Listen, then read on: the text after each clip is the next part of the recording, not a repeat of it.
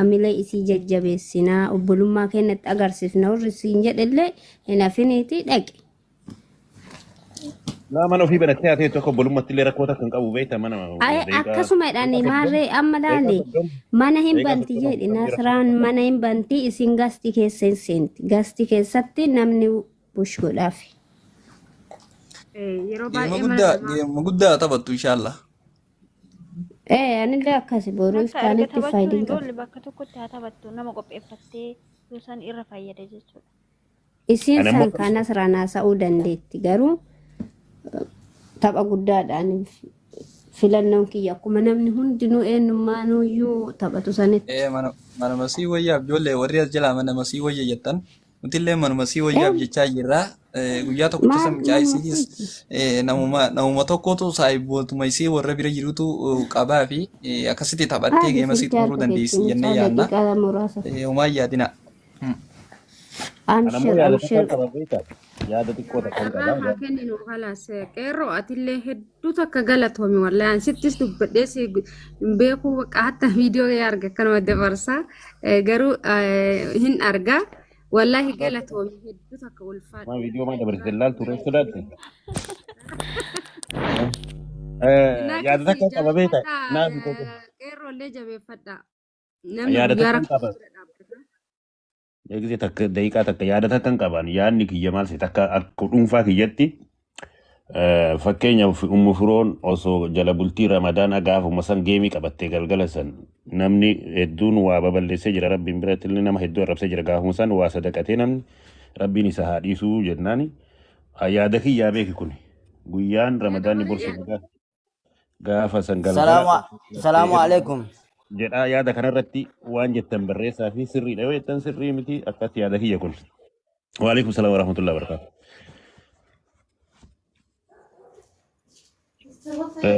Ramadaanaaf ammoo guyyaa muraasa hafee galgala san galma yoo qabatteerra akkam gaariidha yaada kiyya. Qarqaarsaa warri qarqaarsaa ammoo mana ishiitti ta'e mana wanni itti nasrattis ta'e gaariidha sunis yaada bareedaa jedha. Kanaafuu warri yaadni kiyya kun ammoo sirriidha galgala ramadaanni borseena warri jettan guyyaa san galgala haati firoo taphachuu qabda warri jettan keessaayyuu warri waa arrabsaa baatan rabbi isin dhiisuu danda'a yoo gaafa san dhayitanii kaartaaf gootaniif rabbi. Qeerroo yaani kan kee bareeda amma akka guyyaa amma sappoortiitti mana Nasraa jedhan kanatti as dhiyaata waan ta'e guyyaa san achumatti deemtee sappoortii isiitti hafuuftu guyyaa achi fageessinee viidiyoo irra hojjetamee itti yaadamee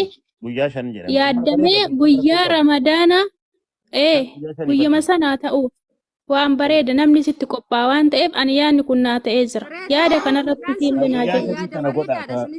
Garuu nama ilaalcha ofiiti. Qeerroo kiyya kam seete amma fakkeenyaaf warri biyya Arabaa jiranis ramadaanni dhiyaatee torbaan takka yookiin guyyaa 5-6 san dura yoo hafu bexaam biizii ta'an beekte halkanii guyyaa biizii ta'anii iraftiin qaban si galee warri biyya biraas akkasii haalaan biyya Arabaa dhiisii Itoophiyaa keessaayyuu biizii ta'an siif galee ramadaana fu'annaa jenna jedhaniitiin biizii ta'anii isiilleen itti halaallatu ramadaanni torbaan takka yoo hafu achitti hambisee garanattillee tokko as hambisee jidduu san keessatti qabadhu. Lammiin ijoolleen biyya Arabaa biizii taati dalagaan itti baay'ata. Akka ammaa kanaa miti amma beektee erfoona godhatanii ilaaluu si dhageeffachuu danda'u. Yoo hin danda'amu. James Wello. Dhugaa naafi ijoolleen biyya Arabaa baga jiraattan. Baga jiraatte James. Salamtaa qareelleen ture dhugaa wanti naafini namni tokko achiisee waa tokko qabatuu barbaachisa. Hin dhagama? Hin dhagama. Waati jira haasa'amu.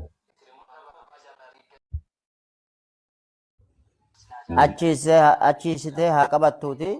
Inshallah nuyis duutii goggoonee fi waan qabnu bira dhaabbannaa oo rabbi jedhee abshiruu sidin. Inshallah nuyis duutii goggoonee. Galatoomi. Anilleen asumarraan baada keemiyaan taphattee guyyaa torbatti geemii kiyya jira. Asumarraan naa dhaggeeffadhaadha. Qeerrootis dhagayii. Sittan barreessa jeetan ture mana banatteetan dhufe. Hundi keessanuu galatooma warra sirra jirtan. Tole Jamesii bro. Jira.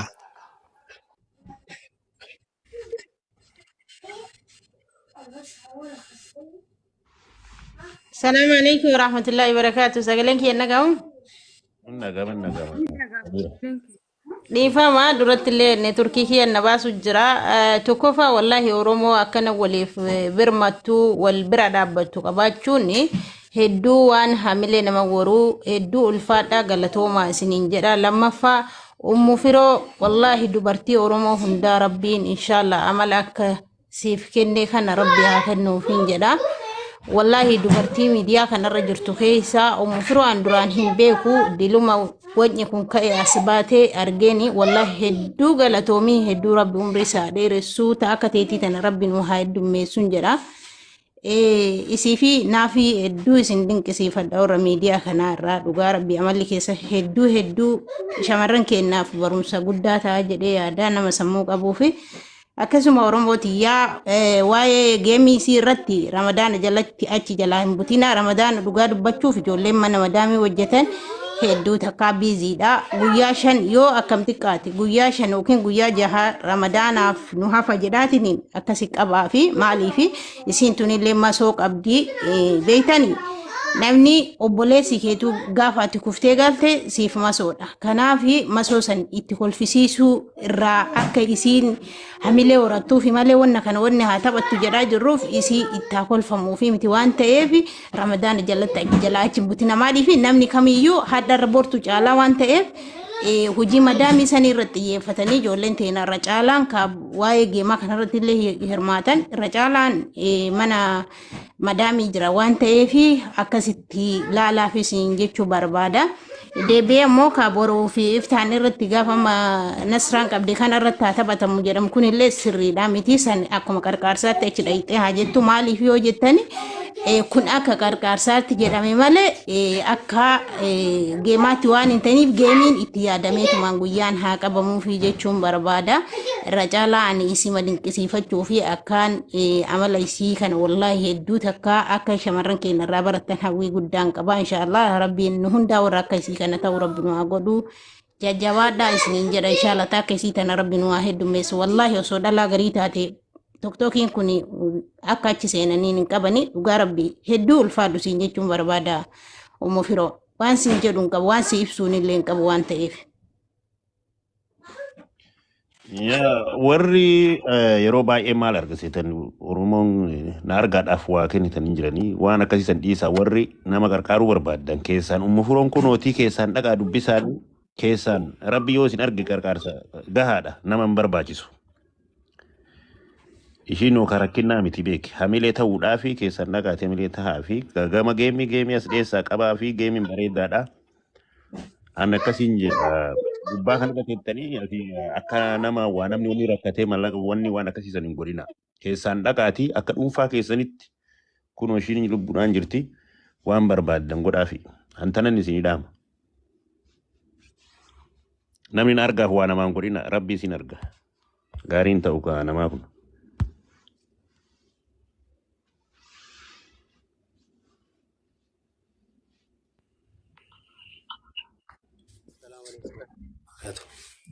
وعليكم السلام ورحمة الله وبركاته. Jirta qeerroo kan fayyaadha Oromoo hundinuu.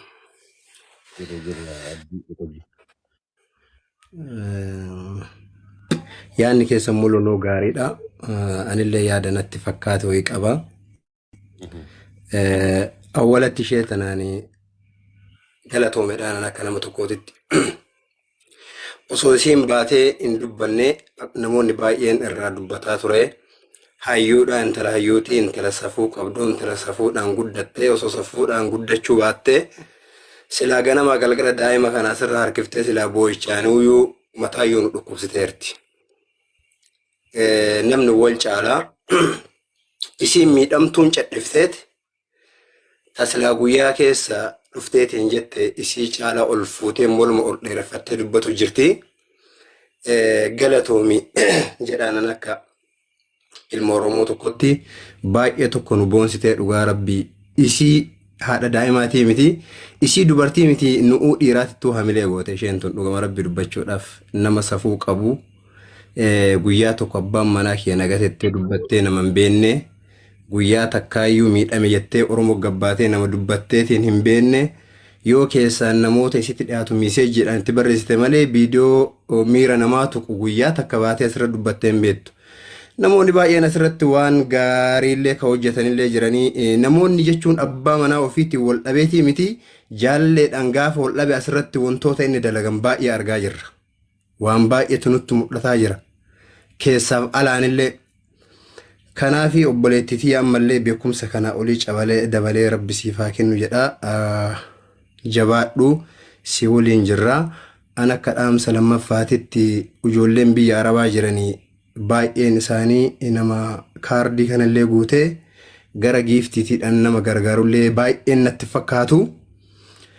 Haa ta'u gara keessaatiin namoonni gara lafaatitti gabbu'anii namoonni keessaan osoo akkaawuntii ishee guruuppiidhaan yookaan maxxansanii uummanni daaspooraa gara giiftiidhaan gargaaree uummanni biyya Arabaa ijoolleen baay'een osoo gara akkaawuntiitiin gargaaranii baay'ee filatamaadha. Erga jedhame geemii jechuun walumaa gala kennaadha.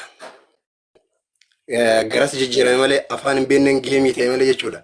Kanaafuu geemii jechuun walumaa galatti mallaqa sassaabduu waan taateef isiilleen bu'aa wayii argachuudhaaf bakka amma jirtu kanarraa biyya biraatitti illee jijjiirachuudhaaf daa'ima ofii kanallee firii gootee guddisuudhaaf osoo ijoolleen Arabaa gara akkaawuntiidhaan gargaarree ijoolleen daaspooraa ammoo gara geemiitiin illee gargaaranii hedduu dansaadha yaada kanallee namoonni jajjaboon namoonni caalaa foloorii illee qabdan irratti mee mari'adhaa jechuu barbaadeeti xumuradhee jira galatoomaa isiniin jedha yoo dongora dubbadheef na folchaa.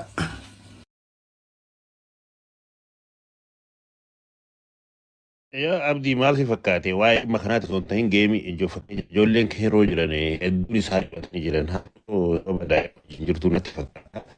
Geemii kana hin taphanne kanumarraa immoo geemii kana taphattuun ijoollee gadii miti. Haa taphattuu jedheetii nama murteesseefi kanaaf ishiin taphachuu qabdi waa'ee dhimmichaatiin waliin qabatu nama keeroo jiru keessa isheen maaliif hin taphanne ka jedhu ammoo sababa daa'ima akka qabduu fi akkasinatti fakkaatan. Dubbaddaa namni biraa namni taatu ni dubbatanii.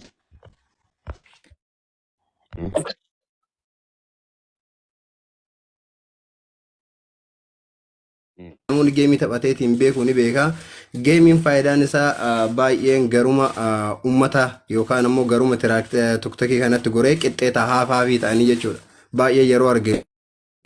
Isheen kun nama ilmoo guddifatu argate sii dhaataafillee osoo garanaan haa taphattu taphanillee gaariidha. Namoonni baay'een ni gargaaranillee dubbataa ka jiraniifillee warroonni baay'ee warroota koomentii barreessu malee warroota giiftii bitateetiin kennuu hin dandeenye. An dhugumaa wokaasitti mutaate jechuudha. Itillee nu battaasirra baay'een ijoolleen mana Arabaa warri dalagan kaardiin guutan ijoollee keessaa asirratti yeroo ofii gubanii baay'ee onnaa jedhan malee. Kanaafuyyuu isiidhaafillee waa argatuudhaafillee akka ananaaf fakkaatutti osoo gara akkaawuntiitiin keessaa namoonni gargaaruu barbaadan osoo gargaartanii geemii taphadhaa qofa jechuu osoo hin taane gara siinillee gaariidha yaada kiyya. Dongora yoo ta'e ammoo rakkoon qabu.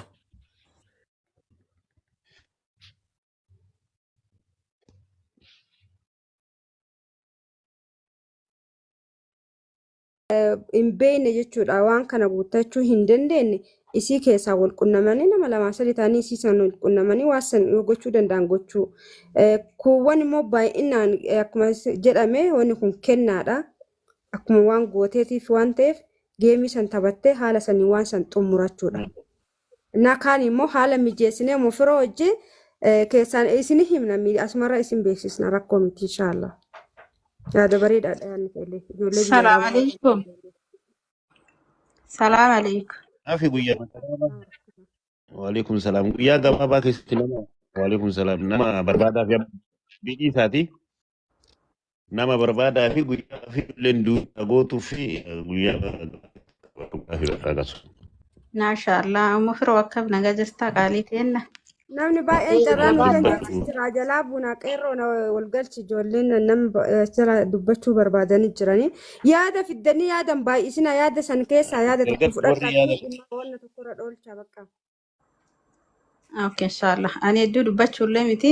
Mufiroo keessaan salaama sirra qara'eera bilbila keenuu ergii yeroo baay'ee nama hedduu gaafannee dhabnee nuti biyya alaa jirra alleen callee bituu hin beeku keessaan si qarqaara talammataa geemii taphachuun mallaqa qofaa miti hamilee isiitiif akka obboleettiin teenya reefu jette masoo qabdi masoo isii kana mataa ol qabuudhaaf horii miti gurra barbaanna inshaallah rakkattee illee miti sangeemii haa taphattu kaa'ama buleessi kenna jedhes bareeda namni akkuma anaa kana kunoo geemii bituu hin beeyne keessaan haa qarqaaruuni ammoo ati yoo keessaan si dubbisan firoo bulbula namaaf ergi nuti nama hedduu taanee biyya alaa jira si soqaa turre hani dhiyoo kanatti barreessee na ergine bulbula kan kee wallaa amantakka ergadheellee asirra dubbadheen beeku yeroo jalqabaatiif siif jecha ol ba'ee akkas wallaahi kun bareedaa guyyaa ramadaanaa asitti akkuma naafiin jette torbaanii asi qabaa fi dhuga warri biyya alaallee baay'ee